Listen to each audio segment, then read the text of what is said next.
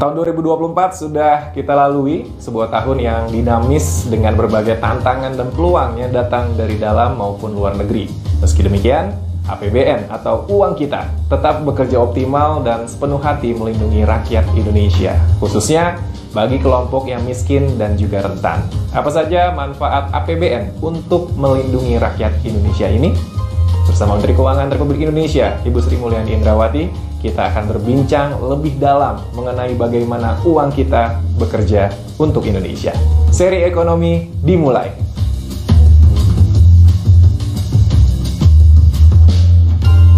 Halo Ibu. Halo Dot. Selamat datang di seri ekonomi. Apa kabar hari ini Bu?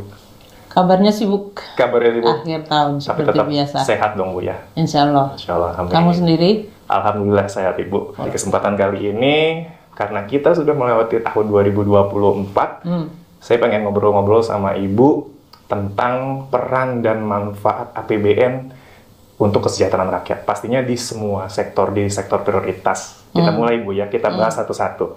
Saya mau awali dari sektor pendidikan dulu nih Bu. Indonesia Emas 2045, frasa atau jargon yang sering banget didengungkan oleh berbagai pihak. Kita nanti di 2045 benar-benar menjadi Indonesia Emas. Tapi itu nggak akan terwujud kalau seandainya tidak dipersiapkan dari sekarang, termasuk pendidikan berkualitas bagi generasi muda. Nah, kira-kira apa peran APBN, memberikan manfaat apa untuk menciptakan pendidikan berkualitas bagi generasi muda Indonesia itu? Silakan. Iya. Di 2024 mungkin kalau bisa dinotis ya, satu ini adalah tahun di mana terjadi pemilu, ya, kemudian pilkada, terjadinya El Nino yang menyebabkan kekeringan, tidak hanya di Indonesia, di banyak tempat di dunia, dampaknya sangat besar kepada masyarakat kita. Kalau tahun sebelumnya kita barangkali melihat di dalam perspektif yang lain, di mana dampak dari harga komoditas meningkat. Tahun ini kita terasa sekali bahwa APBN sebagai instrumen yang penting bagi negara, bagi kesejahteraan rakyat, untuk menciptakan banyak sekali kemajuan pembangunan dan untuk menciptakan rasa keadilan yang paling penting. Kamu tadi menanyakan mengenai pendidikan. Pendidikan adalah kegiatan yang luar biasa penting karena akan menentukan kualitas sumber daya manusia. Setuju. Dan tahun Indonesia Emas, tahun-tahun ke depan ini, dan bahkan hari ini sudah terasa perubahan teknologi, perubahan dalam climate change yang kemudian menyebabkan tantangan pembangunan kita itu menjadi makin kompleks, membutuhkan kualitas SDM yang makin baik, gitu kan? Sehingga pendidikan memang menjadi prioritas yang sangat tinggi di dalam APBN dan juga APBD. 20% dari belanja negara sesuai dengan amanat konstitusi harus untuk pendidikan. Banyak orang yang melihat, saya nggak lihat 20%, karena kenapa anggaran untuk Kementerian Pendidikan kok nggak nyampe 20% dari tadi anggaran yang mencapai 3.000. Karena belanja pendidikan juga disalurkan kepada pemerintah daerah dan juga ada yang langsung ke masyarakat, tidak hanya di Kementerian Pendidikan. Jadi kalau tahun ini kita perkirakan realisasi ya, tadinya anggarannya mungkin lebih dari 600, tapi realisasinya mencapai 519,8 triliun rupiah. Ini karena pendidikan nanti yang dilakukan oleh pemerintah pusat, pemerintah daerah, dan juga bahkan dikelola oleh lembaga yang mengelola dana abadi pendidikan. Itu menyangkut semua belanja-belanja pendidikan, baik untuk muridnya, untuk sekolahnya, untuk gurunya, kemudian untuk membangun kembali atau memperbaiki sekolah-sekolah yang rusak, dan berbagai belanja-belanja yang masuk dalam kategori pendidikan seperti membangun kampus dan yang lain-lain, itu masuk di dalam anggaran pendidikan. Jadi 519 triliun itu terbagi di banyak tadi, 5 kementerian plus di daerah. Bahkan mayoritas sebetulnya ada di daerah. Lebih dari 341 triliun itu adalah untuk daerah. Kenapa kok di daerah? Karena menurut otonomi daerah kita, pendidikan itu didelegasikan ke daerah untuk dari mulai PAUD, SD, SMP, SMA. Namun untuk pendidikan tinggi, research masih di nasional. Walaupun sekarang saya juga melihat daerah-daerah juga membuat BRIN daerah gitu ya dalam hal ini. Kira-kira tadi 500 berapa tadi? 19 triliun. Kalau Anda lihat kira-kira dibayangkan siapa yang menerima manfaat itu, Dot, kalau kita lihat? Semua level mungkin dari paling bawah, tadi Ibu sebut PAUD sampai sampai pendidikan tinggi, ya. Ya, kalau kita lihat mungkin cara mudahnya adalah yang menikmati anggaran pendidikan bisa dikategorikan di dalam sebuah ekosistem pendidikan. 37 triliun sendiri adalah untuk mendukung kegiatan pendidikan yang pada akhirnya manfaatnya dinikmati oleh mahasiswa atau siswa tersebut. Umpamanya untuk biaya operasi sekolah. Operasi itu sekolah itu bisa terus buka tiap seminggu 5 hari, gurunya datang, ada kelasnya, ada kepala sekolah dan alat-alat sekolah. Itu kita memberikan untuk biaya operasi sekolah. Itu melalui transfer ke daerah. Untuk kegiatan belajar mengajar. Untuk kegiatan belajar supaya sekolahnya itu tetap jalan. Untuk gurunya, guru itu tidak hanya dapat gaji, tapi juga dapat tunjangan profesi guru. Itu dalam hal ini 227 triliun sendiri. Kita juga lihat bangunan sekolah yang buruk, ini dalam hal ini sudah diidentifikasi oleh Kemendikbud, direhabilitasi. Tahun ini mengupgrade lebih dari 5.400 ruangan sekolah. Tahun depan bahkan Pak Prabowo ingin 20 triliun atau mendekati 20 triliun untuk memperbaiki sekolah-sekolah tersebut. Kemudian murid kan ada yang tidak mampu. Mereka mungkin orang tuanya bilang kamu nggak usah sekolah aja, mendingan kamu kerja. Sehingga kita memberikan bantuan dalam bentuk beasiswa. Itu masuk di dalam program Indonesia Pintar atau Kartu Indonesia Kuliah itu yang diberikan sampai dengan jenjang mahasiswa. Di sini lebih dari 21 juta murid itu mendapatkan yang disebut program Indonesia Pintar itu. Yang disebutnya dulu namanya Kartu Pintar gitu ya dalam hal ini. Atau mahasiswa dalam hal ini 1,1 juta mahasiswa dapat beasiswa. Jadi mungkin orang menganggap aduh dananya banyak banget dipakai siapa, tapi yang menerima tuh jutaan. Baik itu murid, mahasiswa, guru, entah guru negeri atau guru pesantren atau juga bahkan guru swasta. Kita masih ada program untuk memperbaiki dosen dan guru, baik dari penghasilan, tunjangan profesi guru dalam hal ini. Kalau tadi guru itu lebih dari 1,5 juta yang ASN, kemudian non ASN, kemudian ada itu tunjangan profesi gurunya lebih dari 625.000 sendiri yang non ASN. Kemudian juga kita memberikan beasiswa bagi mahasiswa yang baik-baik untuk sekolah yang di tempat yang terbaik. Ini termasuk yang favorit. Ini yang barangkali banyak anak-anak generasi kamu senang ya. Karena kita sekarang sudah punya lebih dari 140 triliun sendiri dana abadi. Untuk supaya generasi muda seperti kalian bisa sekolah, kalau bisa IP dapat sekolah di tempat yang terbagus di dunia dan kita bisa memberikan beasiswa. Dan jadi APBN di bidang pendidikan saja sebenarnya manfaatnya masyarakat bisa melihat, tapi karena banyak besar bahkan dianggapnya taken for granted ya, kadang-kadang nggak dilihat sebagai sesuatu yang sangat penting. Tapi sebenarnya operasi dari APBN itu sedemikian besarnya hanya untuk pendidikan saja. Tadi 519 triliun dan itu diterima oleh semua anak, semua sekolah di semua daerah untuk make sure bahwa tidak ada anak-anak Indonesia yang tertinggal sehingga mereka bisa menyiapkan diri menjadi anak-anak yang memiliki pendidikan, memiliki skill dan kemudian siap untuk bisa berkontribusi di dalam pembangunan atau untuk memperbaiki masa depannya. Saya mau nanya ke Ibu tentang sektor kesehatan kali ini. Kita udah belajar banyak ketika pandemi COVID-19, Bu ya.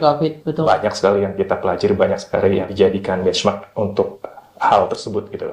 Tapi di satu sisi kita juga punya PR nih Bu. Kayak contohnya angka prevalensi stunting. Terus ada penyakit-penyakit yang lain seperti TBC, lalu juga akses kesehatan yang layak bagi masyarakat. Betul.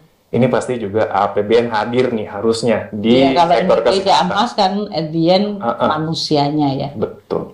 Boleh Bu ceritain yang soal sektor kesehatan ini? Reform di sektor kesehatan ini juga luar biasa dan seperti kamu tadi sebutkan semenjak pandemi belanja di sektor kesehatan itu terus kita tingkatkan. Tentu tidak comparable pada saat 2020 waktu pandemi mulai 2022 karena waktu itu belanja kesehatan melonjak tinggi adalah untuk membayar para pasien yang kena COVID. Sehingga memang volume dari mulai vaksinasi sampai kepada orang-orang yang sakit tahun 2020 mulai dari terjadinya COVID memuncaknya di 2021 itu bisa mencapai 312 triliun sendiri. Itu adalah exceptional karena dan bukan ideal karena kita menangani orang sakit gara-gara COVID gitu.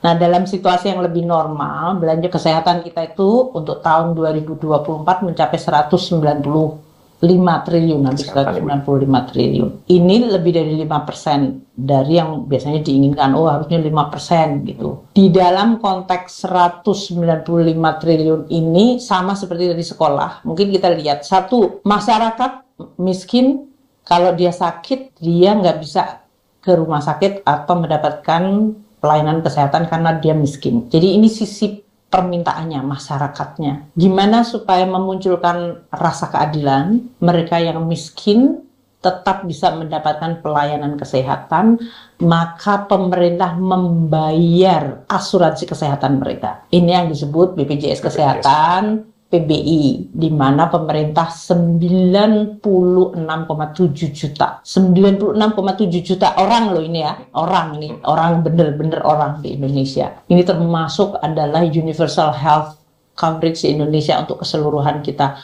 Itu terbesar karena kita kan Indonesia dengan penduduk populasi terbesar. Nah, 96,7 juta masyarakat kita yang belum mampu ini, yang masih rentan, miskin, itu pemerintah membayar asuransinya dengan 46,1 triliun sendiri, 46 triliun untuk agar orang-orang miskin yang memegang BPJS Kesehatan tanpa dia membayar iuran apapun, waktu dia sakit dia bisa pergi entah dari mulai puskesmas, rumah sakit dan yang lain-lain. Saya ingat waktu saya pergi melihat rehabilitasi atau pembangunan di rumah sakit jantung di Jakarta. Waktu itu Presiden Jokowi dan saya ikut proyek yang dibangun oleh Islamic Development Bank. Di satu ruangan, di situ banyak ibu-ibu dan orang-orang yang sedang antri. Dan mereka bilang, terima kasih, kami mendapatkan dari BPJS. Ini buat mereka itu betul-betul menyelamatkan nyawa. Karena buat mereka biasanya kan ketidakadilan muncul kalau orang miskin sakit, nggak memiliki akses kesehatan, ya berarti orang miskin itu by default gampang meninggal gitu. Itu kan tidak adil. Dan mereka mungkin dengan dia sakit nggak bisa sembuh, nggak dapat akses, dia makin nggak bisa mendapatkan pekerjaan. Jadi ini adalah salah satu bentuk untuk memotong tali kemiskinan dengan membantu yang kelompok paling vulnerable, paling rentan, dan paling miskin ini untuk tetap mendapatkan fasilitas kesehatan yang sama. Dan untuk menghasilkan tenaga kesehatan, bangun fakultas kedokteran, kita memberikan melalui anggaran pendidikan. Tenaga kesehatan juga mendapatkan honorarium atau gaji atau pendapatan yang berasal dari APBN, termasuk mereka yang bekerja di tempat yang paling terpencil. Itu sekali lagi APBN membawa apa yang disebut misi keadilan. Yang miskin tadi dibantu, yang berada di tempat terpencil, kalau mereka bertugas kita berikan tambahan. Jadi nakes ada 5.800 lebih yang di tempat-tempat terpencil itu kita berikan tambahan honorariumnya hingga mencapai 27 miliar. Untuk generasi yang akan datang, ibu-ibu hamil, pemeriksaan melalui BKKBN, tadi disebutkan stunting, ini juga memberikan pemeriksaan obat, sampel, dan juga alat-alat obat serta alat-alat kesehatan. Jadi kalau saya lihat dalam hal ini, kita terus meningkatkan kualitas SDM melalui tadi pendidikan dan kesehatan, baik ini untuk masyarakat yang terutama tidak mampu yang perlu dibantu, ibu-ibu yang hamil yang membutuhkan tidak hanya edukasi tapi juga gizi tambahan, BKKBN. Dalam hal ini kita memberikan 12,8 triliun untuk puskesmas. Ini merupakan fasilitas kesehatan yang paling bawah, yang paling bisa dijangkau langsung oleh masyarakat. Kita berharap termasuk penyuluh KB, kita itu ada 3,2 triliun sendiri yang kita belanjakan untuk BKKBN. Ini untuk tadi kualitas dari keluarga yang merupakan unit awal pertama dari SDM kita, dibesarkan oleh keluarga yang kita berikan kecukupan gizi, ibunya kita perhatikan pada saat hamil, waktu dia melahirkan juga agar mendapatkan fasilitas kesehatan, jasa kesehatan sehingga dia tidak meninggal. Jangan lupa kita yang salah satu yang indikator pembangunan penting itu kematian bayi atau kematian ibu waktu melahirkan. Dan juga melalui berbagai program seperti stunting yang itu dikolaborasikan dari lebih dari 18 kementerian lembaga. Jadi memang isu kesehatan itu sama kompleksnya dengan pendidikan. Pemerintah daerah itu punya peranan penting dari mulai puskesmas sampai posyandu dan kemudian BKKBN. Dan pemerintah pusat juga mendukung sampai kepada masyarakatnya sendiri yang merasakan manfaatnya melalui asuransi BPJS Kesehatan yang dibayar oleh pemerintah. Apakah di tahun 2024 ini perlindungan sosial bantuan ini masih menjadi prioritas bagi pemerintah di tahun 2024? Kira-kira rencana dan juga implementasinya seperti apa? Masih di 2024 itu kan seperti yang saya sampaikan tadi ya, Dot, ada terjadi El Nino. Masyarakat rentan, terutama kalau petani, begitu dia kemudian kena musim kering, gagal panen, dia udah nggak punya lagi pendapatan sama sekali. Makanya waktu itu, di tahun 2024 itu kita berikan tambahan bantuan sembako kepada mereka. Dan kalau kita lihat jumlah dari perlindungan sosial tahun 2024 itu mencapai 456 triliun. Kenapa? Ya karena masyarakat kita itu masih banyak yang rentan, yang orang mengatakan aspiring middle class atau near poor. Jadi tidak hanya yang poor tadi, kalau pendidikan, kesehatan tadi kan ekosistemnya kita bisa lihat, mereka murid, guru, sekolah, atau itu pasien, kemudian dokter, tenaga kesehatan, dan kemudian rumah sakit atau puskesmas. Kalau ini kan masyarakat secara luas. Mereka mungkin pendapatannya terlalu kecil, tapi mereka punya anak, jangan sampai anaknya kurang gizi. Makanya kita memberikan program keluarga harapan itu, supaya mereka 10 juta mereka bisa tetap dari anaknya yang paling kecil, atau kalau ibunya masih hamil 28 triliun itu kita berikan cash kepada 10 juta ini. Kemudian juga mereka yang kehilangan pekerjaan. Itu APBN itu sekarang mengiur untuk jaminan kehilangan pekerjaan. Ini untuk 119 juta peserta. Karena dia jaminan ya dalam hal ini. Kepada masyarakat yang di atas paling miskin tadi, yaitu yang disebut paling rentan PKH yang 10 juta, itu ada 8 juta di atasnya. Memang tidak seperti yang di PKH, tapi mereka juga bukan kelompok yang mampu. Itu kita berikan sembako dalam hal ini. Ini yang saya tadi sampaikan, pada saat terjadi El Nino kita tambahkan lagi uang untuk dana sembako ini. Ini 18,7 keluarga ya. Jadi kalau keluarga isinya 4 orang itu berarti yang mendapatkan manfaat adalah 4 kali lipatnya. Itu kan keluarga. Itu 44 triliun sendiri kita berikan kepada mereka. Ini adalah kelompok yang memang targeted, yang sangat rentan. Kita memberikan kepada mereka baik cash maupun sembako, atau kalau dia kehilangan pekerjaan ada jaminan kehilangan pekerjaan. Masyarakat luas, kelompok kelas menengah, kamu mungkin termasuk, aku nggak tahu kamu punya motor atau punya itu, mereka itu mendapatkan manfaat APBN langsung. Coba kalau dihitung-hitung berapa jumlah kamu bayar pajak setahun, terus dibandingkan dengan subsidi yang kamu nikmati. Karena kita itu mengeluarkan 81 triliun sendiri untuk LPG 3 kilo. Coba bayangkan siapa yang menikmati? Masyarakat yang biasanya miskin beli 3 kilo, atau warung-warung penjual bakso yang mereka itu pakai yang 3 kilo. Tapi kalau di rumah kamu pakai listrik, nanti dilihat berapa wattnya kalian punya. Yang 450 jelas itu adalah rumah sederhana, pasti disubsidi pemerintah. 900 VA kita subsidi, 1.300 kita subsidi, bahkan sampai 3.300 itu kita lebih dari 42 juta rumah atau satuan saluran yang mendapatkan. Kalau kamu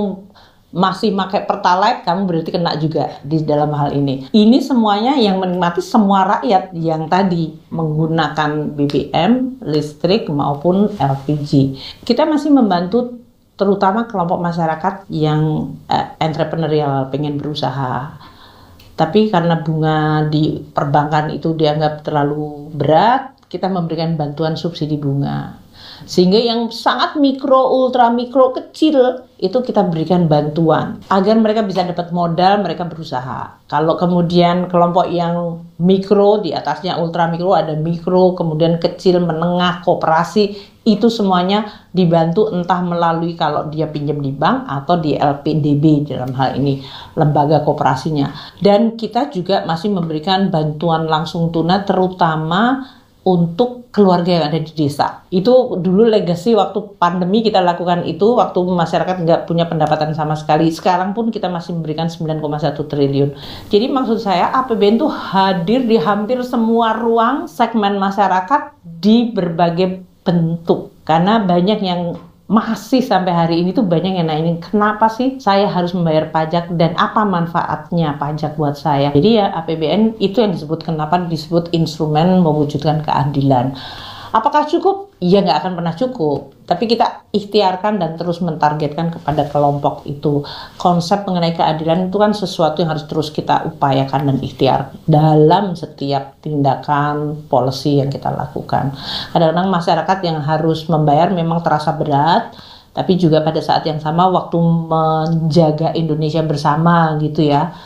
Dan kita saling gotong royong, mungkin kita bisa merasakan, oh ternyata membangun dan menjaga Indonesia itu ya kita semuanya ikut berpartisipasi. Sekarang soal udah siang nih, jam makan siang. Saya mau nanya makan. Gimana terkait dengan pangan ini Bu? Karena kalau kondisi global, geopolitik pasti harga komoditasnya fluktuatif tuh ya. Gimana nih peran APBN dalam menjaga kestabilan harga pangan, lalu juga ketahanan pangan secara nasional? Kira-kira gimana sih peran APBN di situ Bu? Terutama semenjak pandemi ya, dan kita semua tahu waktu pandemi kan semua perdagangan berhenti di seluruh dunia, sehingga setiap negara merasakan, oh kita punya stok makanan cukup nggak untuk penduduk kita sendiri, dan masing-masing negara juga nggak mau pada saling memberikan stok pangannya atau dijual karena mereka nggak tahu kapan pandemi berakhir. Kita menjadi makin serius untuk menyebutkan bahwa pangan dan ketahanan pangan itu adalah sesuatu yang luar biasa penting. Presiden Prabowo menempatkan ini sebagai prioritas paling tinggi. Tahun ini bahkan kita menaikkan anggaran untuk